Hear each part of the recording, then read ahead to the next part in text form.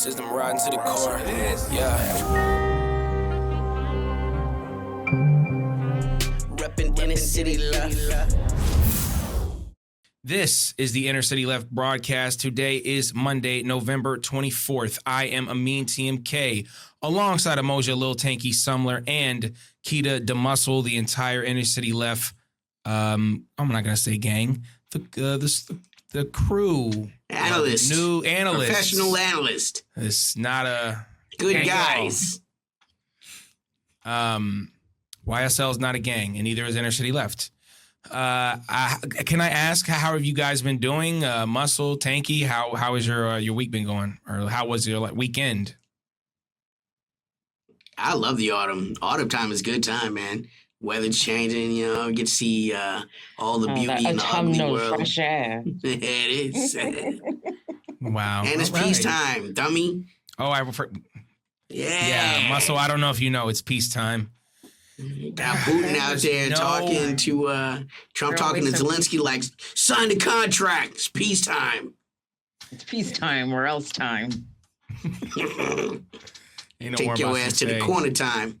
Yeah, how many of y'all remember that as a kid? Yeah. So there's a lot of crazy things going on in the United States right now, and I really wanted to sort of talk about the reality, the gravity, if you will, of America. Also known as it was bad back then and it's way worse now.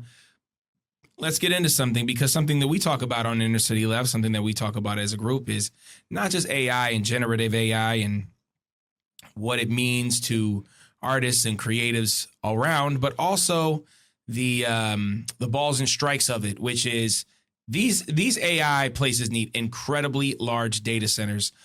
So this was what I'm going to show you guys is a video. And I think it will be self-explanatory, but I'm going to read this just for our podcast listeners because we love you. This is from More Perfect Union. A lawyer for Microsoft says nobody really wants a data center in their backyard. I don't want a data center in my backyard. Data centers, once they're operational, don't even bring a lot of jobs. So I'm going to go ahead and play this for y'all. It's basically what I just said, but I think you can hear it from the horse's mouth, as they say. He really wants a data center in their backyard. I don't want a data center in my backyard. So you do get a lot of pushback, and you need buy-in from the community because you have to get permits to do that work. And you have government officials that they are elected by the community. They certainly want to make their constituents happy. And so you in turn have to make their constituents happy so that you can still get your permits and you can still operate there. Data centers, once they are operational, don't bring a lot of jobs. They do on the construction side, but you're not really getting a ton of that community benefit from having a data center really, truly in your backyard. So before anything, can I just get thoughts from you guys? This is why they do this shit in the fucking deserts in China. They build huge solar arrays that aren't bothering anybody except for maybe the ecosystems. You know, it's a whole nother conversation I can't be concerned with. But as for like people, which is my primary concern, like the well-being of human beings, very few are disturbed. It's put away from population centers and places where it's mostly inhabitable to humans. It has its own power grid. So, you know, Citizen B is not, you know, practicing socialism for corporations by all sharing part of the load by paying on it on your energy bill, even though the profits are still singularly shared with only the companies. They know it's a bad deal, you know? I mean, again, these construction jobs, they come in and it's good for a little while, right? But then it's built and all those guys are laid off, right? And all of that energy burden is still on that community, and people from the community will bear no benefits. It's not, you know, like even at McDonald's on the corner is something someone can eat, whether or not they should, they can. You can't eat nothing that's coming from the data center. It's not helping. It's probably helping to make your job less needed, less safe. If there's a way to automate, they will, you know? And so, yeah, I mean, they're asking people to be happy about something that brings them zero benefit and actually is a financial burden and often an environmental burden as well. Yes, absolutely all of that. And it's kind of that classic tale of when someone tells you the truth, like believe them. And it's really weird that we have all of these videos, and yet they're still selling AI as this huge boon to American society, even though it has absolutely already decimated jobs. There's already emerging articles and research about how the next generation of college graduates, all of whom were forced kind of into this college bubble for which they won't even get returns on their student loans that they had to take out, how they're already missing out on those entry level jobs because they've fallaciously been given to AI, or the speculation of AI and what it can actually offer and produce. That we've already seen all of these tech companies cut jobs in the effort to sell to the market that, hey, our AI is real and it's working and it's great. Even at the same time that there's articles going, actually, it's underpaid workers in India who are part of these AI software companies, and humans are still better at this than anybody else. And just the growing tenuous position that more United States citizens find themselves in, that they're paying more in water and electricity bills, even though their individual use has not significantly risen by any measure. We saw this happen during the pandemic as well. And what did these companies tell us? Oh, well, it's because everybody's using more water, more energy because you're staying at home. Like that's how it fucking works in a city or municipality. And so I'm not surprised that they're saying this, because it's all a speculation market. And what they're trying to do is they're going to do a whole bunch of marketing. I already see it all over DC. No matter where I'm traveling to, it's all over the freaking metro, which not even on the metro can I escape ads. It's all over the freaking metro about, ooh, this AI something. It's just AI and the nebulous concept and idea. And it's like, what are you even selling? You're selling the idea of an idea of something. And a lot of people are getting savvy to that. It's like a mystery box that you can just pull out and show. I wanted to say this because it's you guys said something that made me think about this. Like this essentially what's being asked of the people who are asked to build a data center in their communities. We want you to build a data center that will not will take jobs away from your community. And they somehow are trying to find a way to show that there's a benefit for having these AI centers, and it's not possible. You know what this reminds me of? It reminds me of the United States telling China, hey, help us destabilize Russia and Iran so that we can destabilize you. You know, like that's now essentially what they ask of their citizens. And that type of stuff is like crazy because everyone knows that it can't be done. Like even the woman who's talking in the video, she's like, it's really difficult for us to figure out what to dangle in front of, the citizens here. And even in front of some of the politicians who usually are all for the money, but they can't take the hit of having this AI data center there. Tanky? I mean, it's just the old joke of like, why won't you help me kill your friend? What? So that it'll be easier to kill you. I mean, it's literally what you're saying. And this is what AI is to the workers, right? Like, I think the juxtaposition between the American position with China as it relates to Russia and the corporate position with the actual worker as it relates to AI is a wonderful comparison.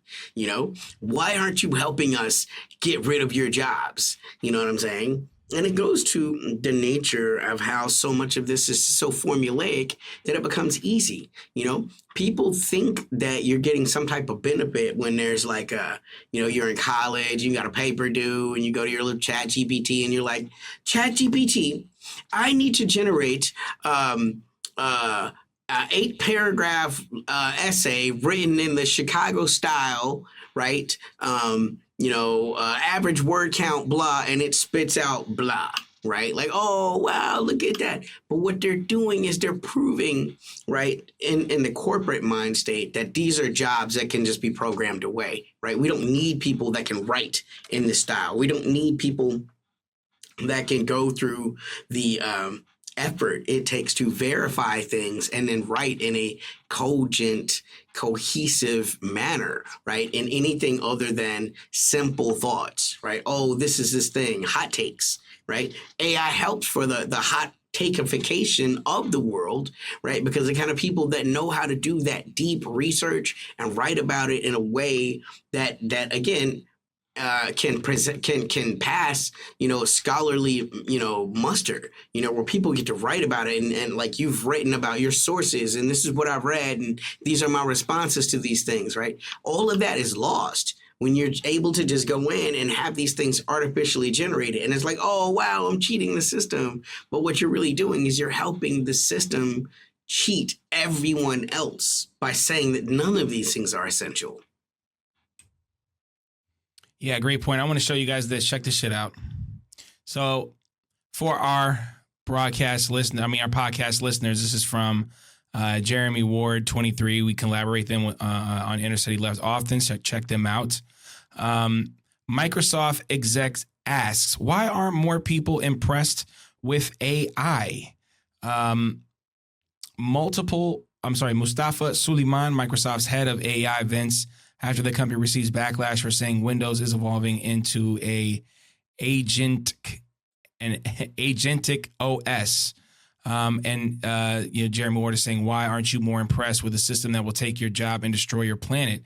Which is the same thing that we were also saying.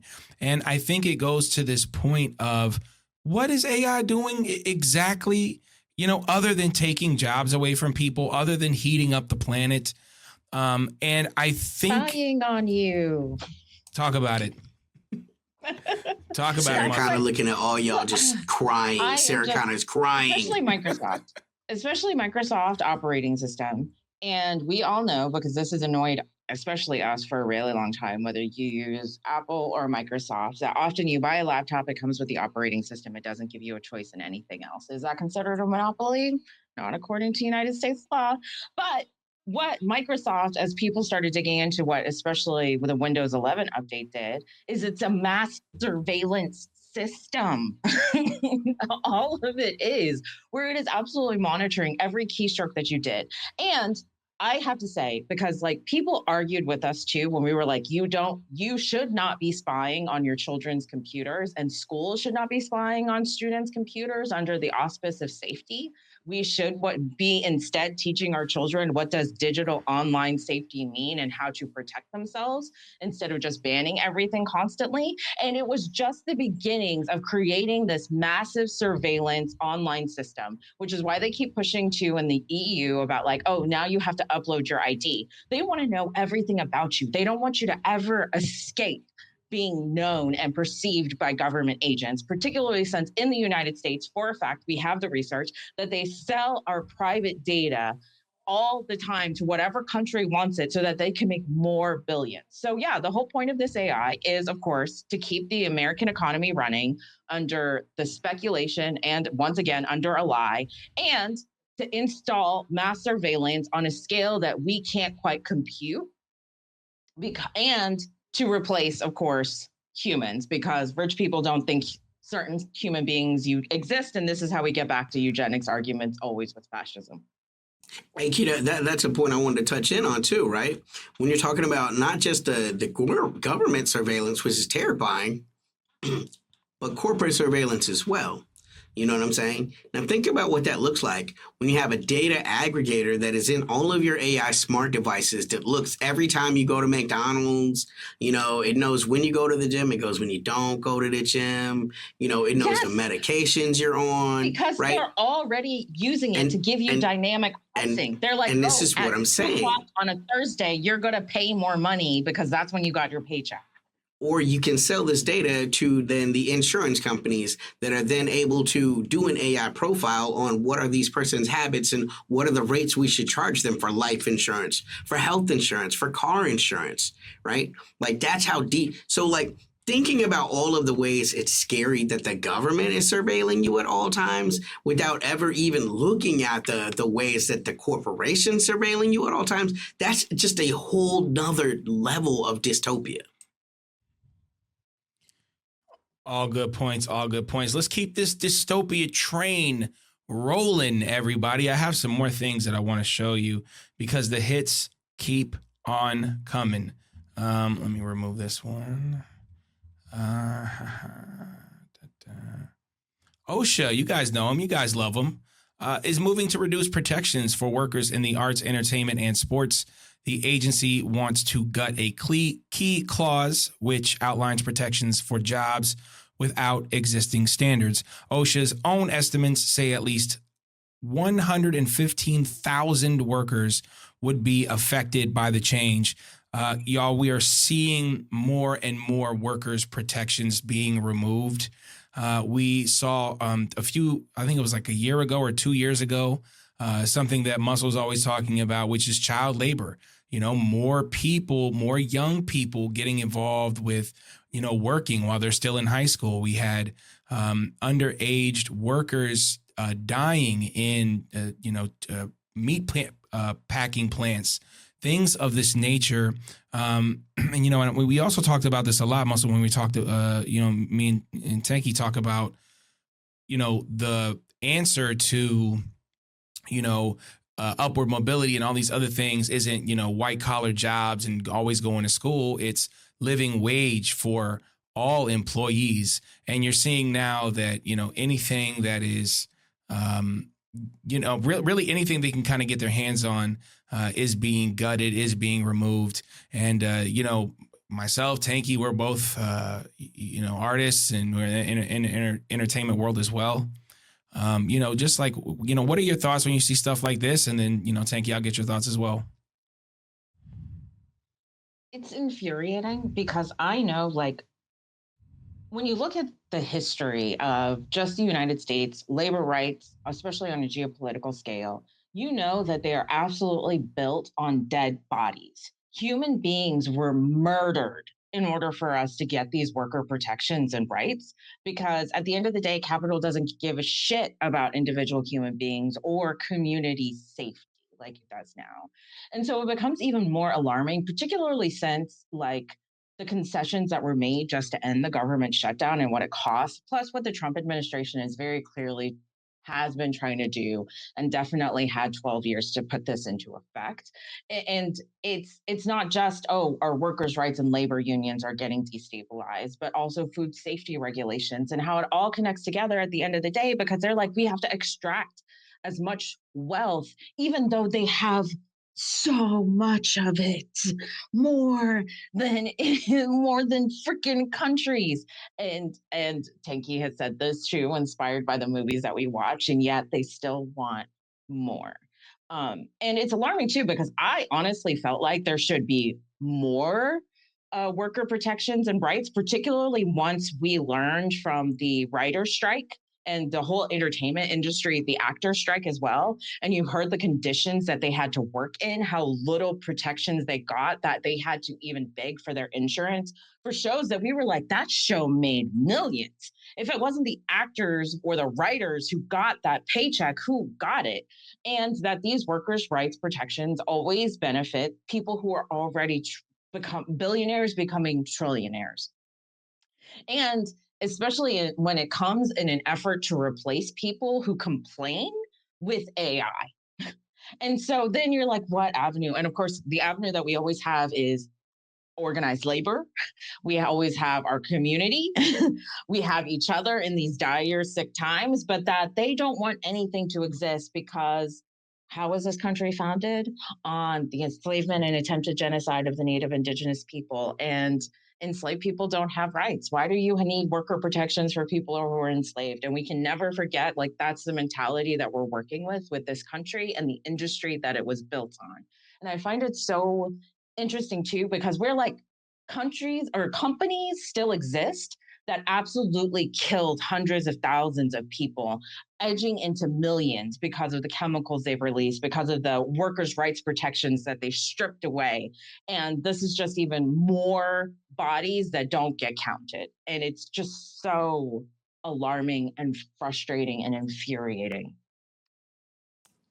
Yeah, I mean, just to jump in on that point, like, arts and entertainment is dangerous. You know, people don't think about it in that way, but it absolutely is. Brendan Lee died filming The Crow.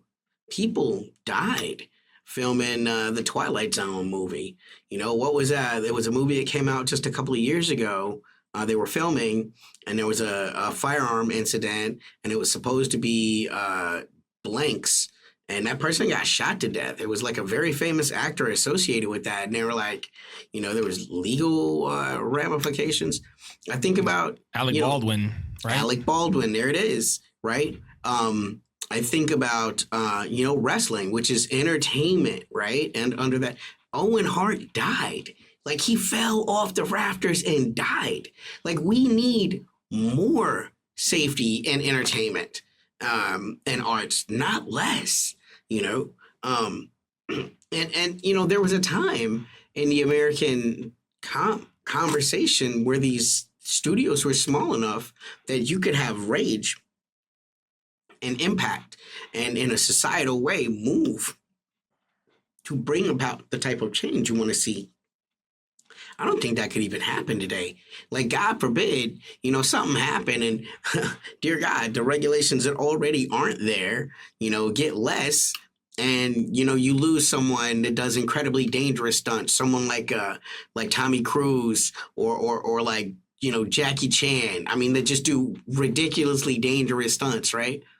And there'll be less culpability for the studios. The studios that could, if any corporations could ever bear lawsuits, it's got to be these corporations that have several movies every year that are projected to make billions of dollars, right? I mean, think about what Touchstone in the 90s would make, and then you have, or MGM, right? And now you have Universal out there, and they might make that in a month worth of movie releases. You know what I'm saying? Like, they've, at least on paper, they have the money to pay for these things, right? But once again, I think that goes back to the AI conversation, because you reach a point where real actors, real entertainers, real artists are like, no, this is dangerous and I won't do it. Evil Knievel, again, that's entertainment, right? We definitely need more rules, not less.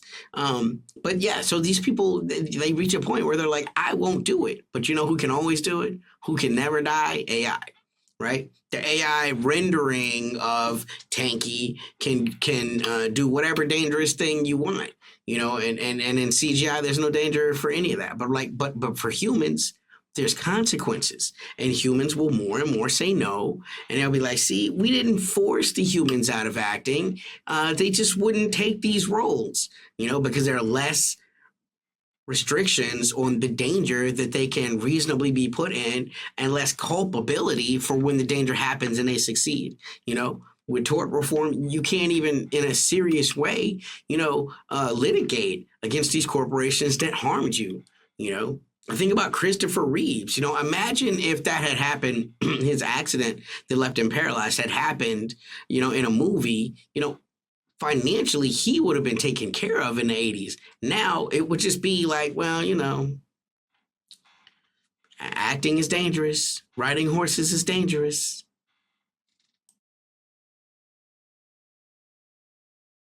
Let's go ahead and keep the hits coming because there's more of them. I'm gonna go ahead and put this right on up.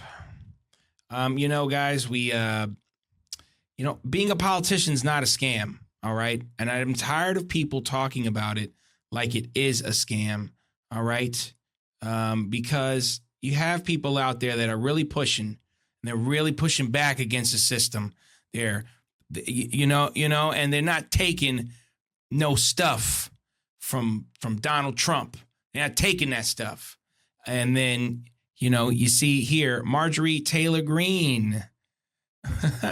I don't know if you guys know, she's going to be retiring at the end of the year, beginning of the next year, I should say. She came into Congress. She was worth $700,000 in 2021. In 2026, she is worth $25 million. Ariana Jasmine on Twitter said, Congress is literally just a giant insider trading scheme. Now, we saw this from maybe the trade goat, Nancy Pelosi. So we know that this is going both sides of the aisle. You know me, it's not a Republican thing. It's not a Democrat thing.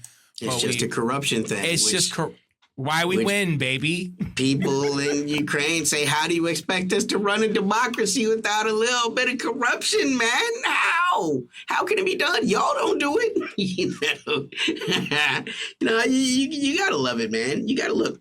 And once again, going back to entertainment, can you think of, let's just say we're all MMA fans. Can you think of someone that came into MMA in 21 and has amassed $25 million? Doing good, man. Doing good. And he must have went straight to the top. You know what I'm saying? Like maybe Poetan, okay? Maybe Hamza. That's about it, bro. Like no one is doing that way. And these are athletes at the peak of physical human conditioning. You know what I'm saying? Margaret, I'm pretty sure that pretty much anybody can do what she's done. I'm sorry, Marjorie. Miss Taylor. Get it right. Get her name right. I do find it interesting, though, that she got called a traitor by the person that she helped get elected. And he is like, and then very shortly after, she's like, I'm getting these death threats. It's not really just worth it. I went out there and tried to do what I could for the American people. And I'm getting attacked from the right. And I'm getting attacked from the left. Victim coded. The only person that showed her any love was Joe Biden. Isn't that crazy? Well, Thomas Massey, right, well, I guess. But Joe Biden, he was the one member in the State of the Union address. Right. Say their name for the white women. Yeah. They got attacked by immigrants. Yes. Oh, Democrats. Right. Oh, Democrats. What were they thinking, man? What were they thinking? Any thoughts, Muscle, on anything Tanky said or just, Marjorie Taylor Greene in general? I mean, of course it's true. We have lists, and you can find them on Wikipedia, list of the United States' richest politicians. What is the net worth of the top 50 politicians in the United States and how far it goes back?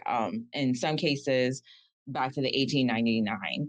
And then you consider that a lot of these are political families. So it's not just, they ran for the first time years ago. No. Their whole family has been running since 1900s or some shit like that. And the United States is a scheme that they have been succeeding at in extracting as much wealth as possible from the people. We're seeing the largest wealth gap.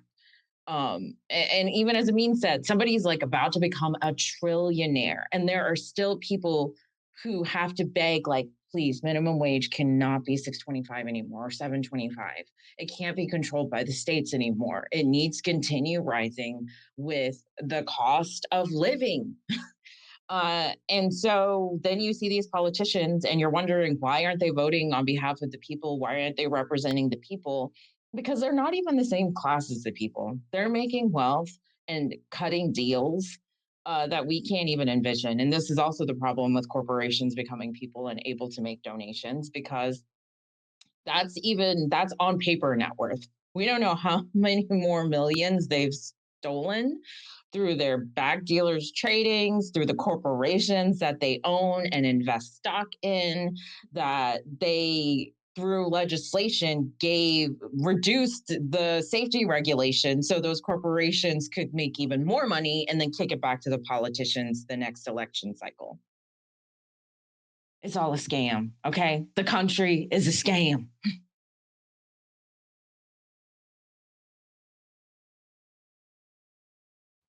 Any thoughts, Tanky? Yeah, I mean, I just don't understand how I can expect to be running a democracy without my finger in the cookie jar. It's not fair. It's just ridiculous, man. Gotta take something for myself. A little something here and a little something there is all we need.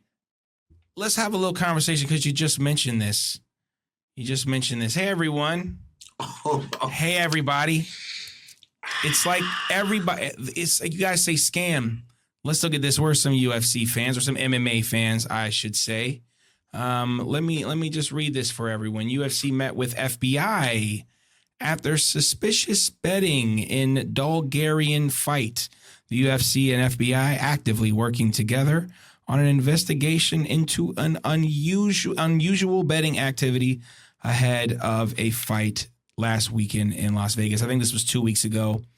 But this is now a part of, what's happening, not just in the UFC, guys, because it does not end there. I know the NFL is dealing with something, but, if anybody here is a big, basketball fan like I am, multiple defendants in NBA gambling case are discussing plea deals. Sweeping gambling indictment that has engulfed the NBA, bringing two separate scandals together, could be streamlined. Coaches, active coaches, houses getting raided, gambling, mafia involvement, and the FBI who met with the UFC. The UFC is very connected, I would say entrenched in the Trump administration. This being affected, Kash Patel, the FBI, I'm sorry, what is he? The head of the FBI. Mm-hmm. He's mentioned this, and gambling has sort of rocked sports. It's sort of delegitimized sports, which already has a ton of accusations. And it kind of goes back to this thing of everything's rigged.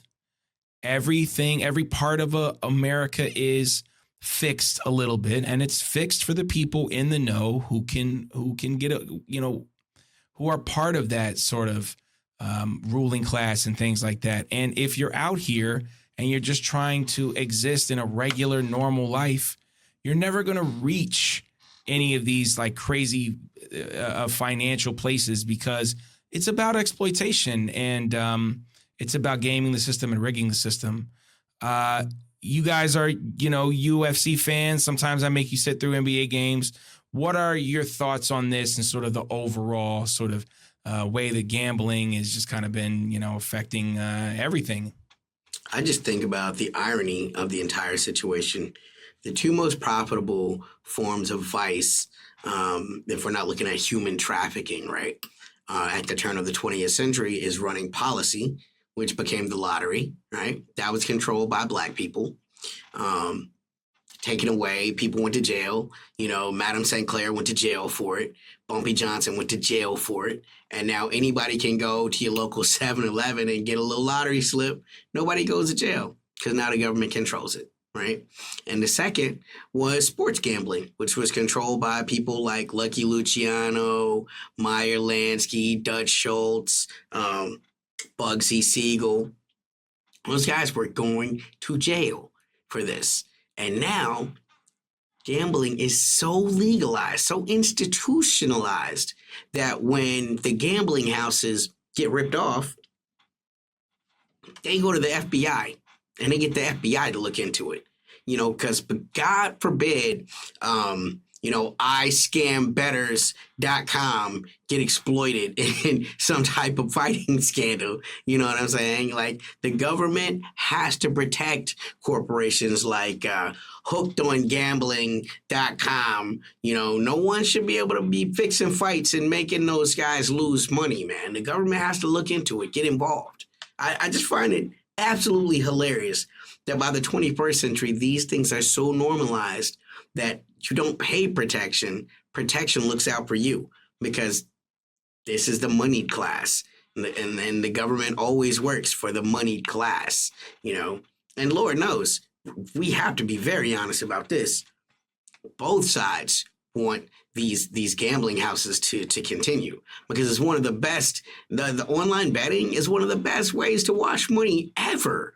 Like, you can make all kind of, it goes into the gambling I scam, betters, whatever, .com. And then, it goes into the crypto. That crypto goes into donations. Everybody wins left and right. And it's untraceable money that you can move around a million times. It's just been the plot of Hollywood so many times. They talked about this in Ozark. There was that movie, The Last Boy Scout, about what happens when the gambling houses are able to own the government, and once again, right? It seems like we're always like, oh, look at China did it right. China makes all of that happen in one region in China, Macau, which has been a semi-autonomous area most people have never even heard of. That's been, it was originally established by the Portuguese in collaboration with the Chinese. And they don't allow the gambling throughout the rest of the country just because it's like, it needs to only be over here. We need to regulate, they made a hamster dam, right, back for all you Wire fans, but for gambling. And this is where you handle that. Meanwhile, here, there's almost no regulations. There are almost no regulations at all. And when those guys lose, the government protects them.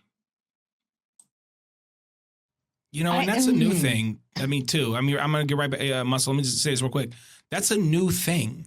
Like the gambling, like you said, it's been very regulated for a long time.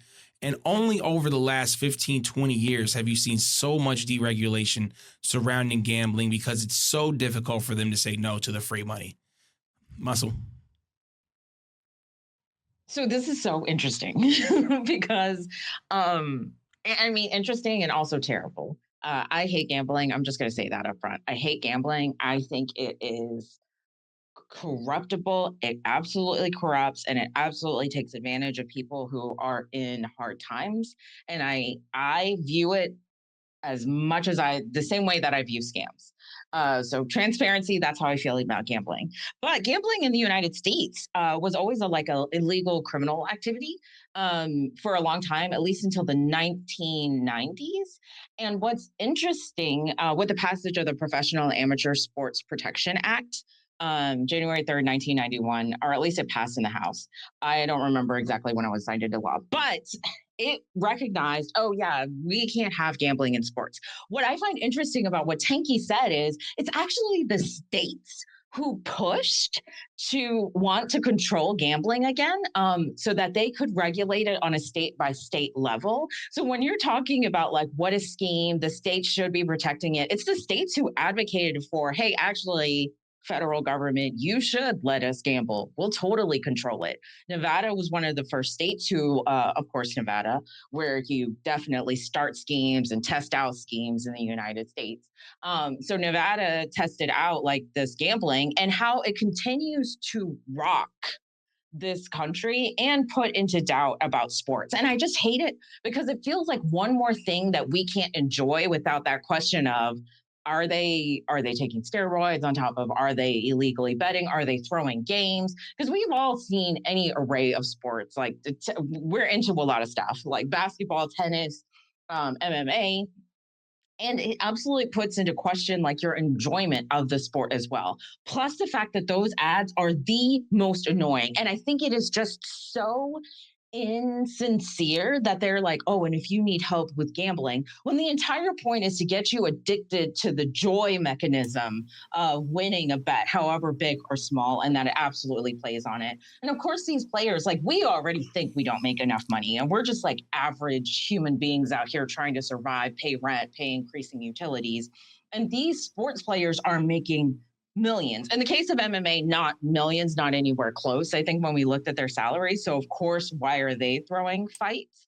And that the American Gaming Association, of course, puts out their earnings every single year. And you watch that figure skyrocket after the United States Supreme Court declared that federal ban on sports gambling unconstitutional in 2018. And you can see, you should look it up. You, wherever you live in your state or even in your country, look up how much does your state benefit from gambling revenue? And you're like, nothing in this country is sacred. There is no sense of community at the end of the day because your own state government is preying on your community, on you, in order to pretend it's getting revenue, but absolutely by exploiting the people. It is unconscionable. Yo, Kita, you're talking about like these commercials being the most obnoxious commercials. No lie, it was years ago. I was watching an event. I think I went over to visit to visit a meet. You know what I'm saying? And we're watching this feed, and like a commercial comes on. It's like gamble 666 the devil. Like no bullshit. I'm like watching this. I'm like, what the fuck? What the? You know, like when we come out, yo, do you remember this TMK? You remember this? Like I never seen that commercial again, but like it was the most crazy out of pocket wild ass gambling commercial I've ever seen, man.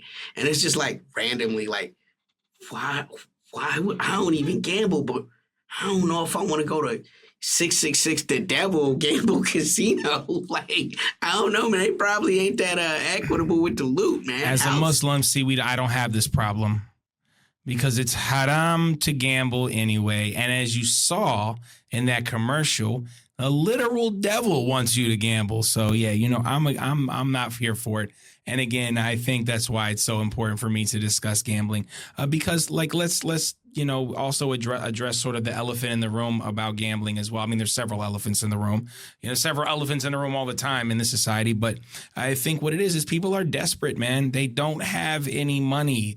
And this weekend, they think that they watch the sport. We watch the fights, and we're always like, "What? This guy's gonna win? Oh no, what are you talking about? You don't know anything. This guy's gonna win. This person's gonna win. This woman's gonna win." You know, and half the time we get it right, and half the time we get it wrong. You think you might as well just let you know, a raven pick up some random pieces of paper and you know, pick that way because you know it's tough to figure out who's gonna win and who's gonna lose, and sort of your ego gets involved. You need, you know, the money's got to, you know, change. You hit this parlay one day, something happens, but you know, so many people are being affected by this, you know, because of, you know, not just the financial reasons, but we live in the age of loneliness. AI is showing us that more and more all the time.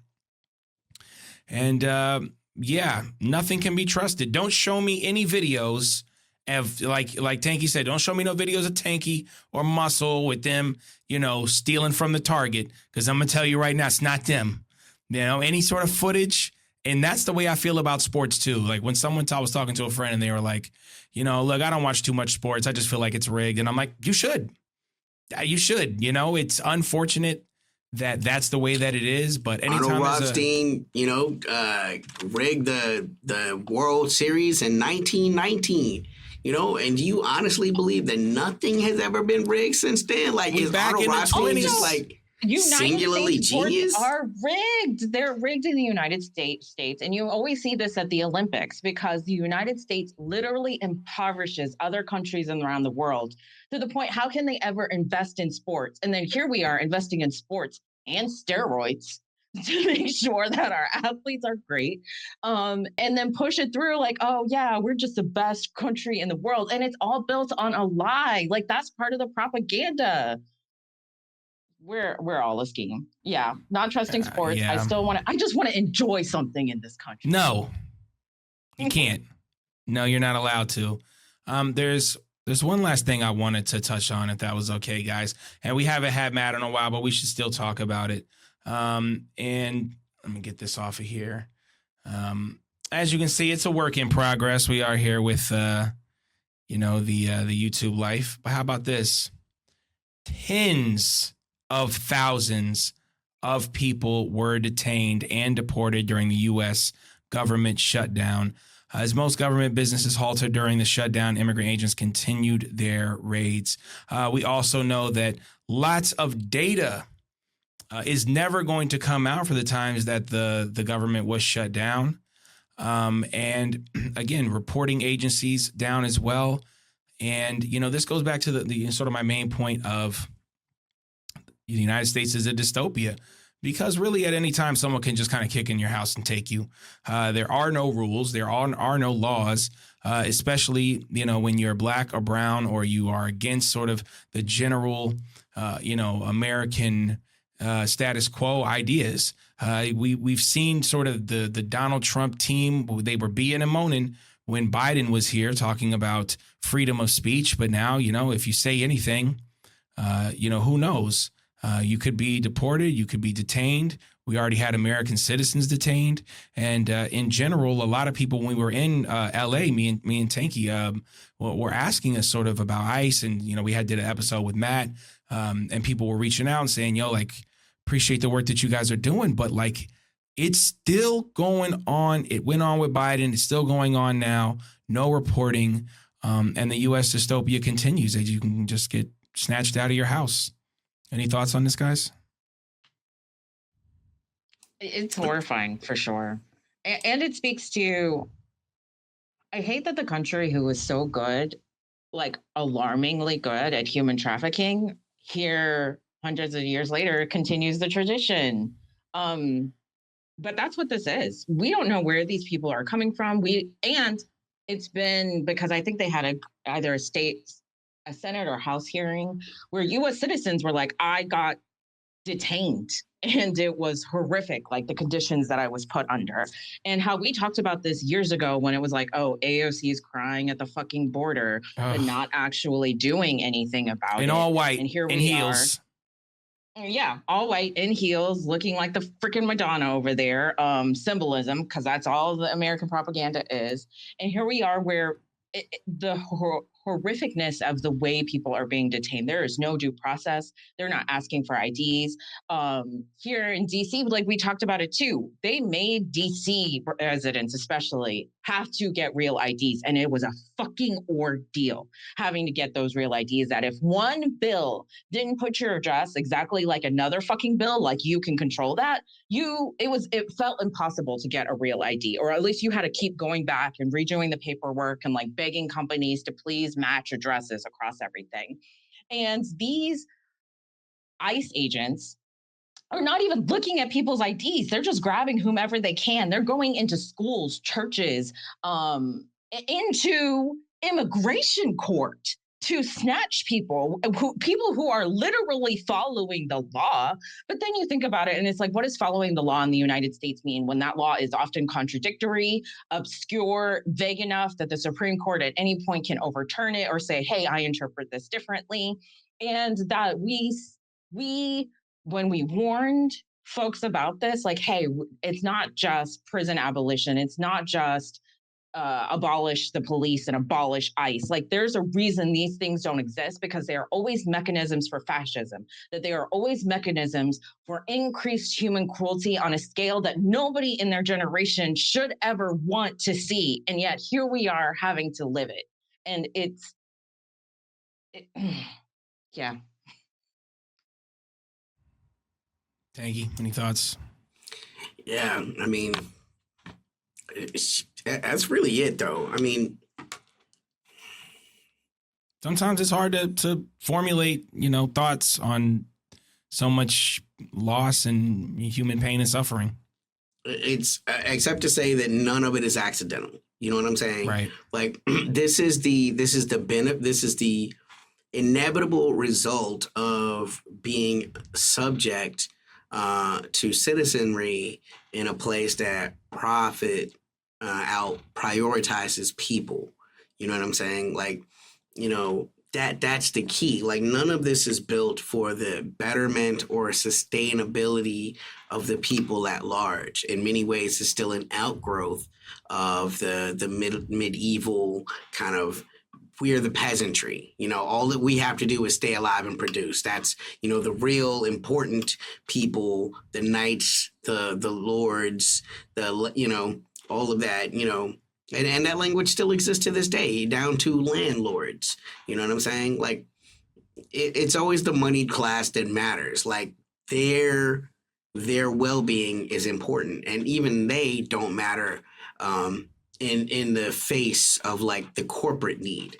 You know what I'm saying? This is why, whereas in the 80s, you might hear about this one person, Bill Gates, right?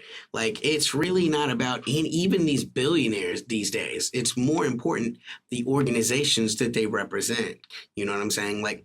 That's what even Elon Musk was forced to realize when he sat down with the president. It's look, when I'm doing a big, beautiful bill, I'm not just here to take care of your ass. I got to think about the entire tech industry, which is more than you. right? Which is where the big breakup between Trump and Elon happens. Like, even when a person is like on paper evaluated at, potentially $1 trillion, at the end of the day, no individual matters. It's the need of the machine, and that which strengthens the machine, or is perceived to strengthen the machine, is prioritized. People's feelings always come in at 1,000th place. People's health comes in at 1,000th place. Well-being, all of that. Those are feelings, and the government is not responsible for your feelings. Yeah. No, I think well said. I think every slide kind of shows, what it is to live and exist here and be here. And this is why we get the gang back together, not gang. We're, just a group of intellectuals talking about geopolitics and how it affects domestic issues here. But it's just, it's a saying. It's a saying. And, again, we appreciate everybody for tuning in. Let's give a shout out to our podcast listeners. We are available everywhere you find podcasts. You guys are the best. Rate us. I'm still working on Apple Podcasts to get one of our banners changed. Someone, that came to my attention later. So shout out to y'all for hitting me up about that. We're gonna work that out. Apple Podcasts, man, come on, guys, get your life together. But we're available here on YouTube. Like and subscribe. Comment for the algorithms. Fables, Foibles, Other American Sins. Be a part of that. InnerCityLeft.com. Description is in the link is in the description. Patreon.com/InnerCityLeft. Hit us up. We got that good stuff. Thoughts, feelings before we get out of here, guys. Tanky, Muscle, what did we miss? Love your neighbors. You know what I'm saying? It's about to be that time or period in life of the year where the old people in your neighborhoods, you don't know what's happening with them. Check in with them. It's a very lonely period for a lot of people, and it all starts with community. Stop being envious of your neighbor. Stop fearing your neighbors. Stop being mystery to your neighbors. Go out, love on your neighbors. Yes. Human connection is even more important than ever right now. And that community can start with, hey, how you doing? I'm the Muscle. I've been in the neighborhood for a few months, few years, whatever. It can just start with a hello. And then you have no idea how many more connections you can build, because our society is just becoming bereft of it in ways that are very scary. And that is also by design, but we are not alone. And I think that is, it's hard to imagine often, but we aren't. There's someone you can say hello to and someone who will reach back out. Well said. Great job, everyone. Thanks for everyone watching. For Amoja, Lil Tanky, Sumler, the Ghost in the Shell, Keita the Muscle, I am Amin TMK. This is the Inner City Left broadcast. Peace. System riding to the core. Yeah. Reppin' Inner City Left.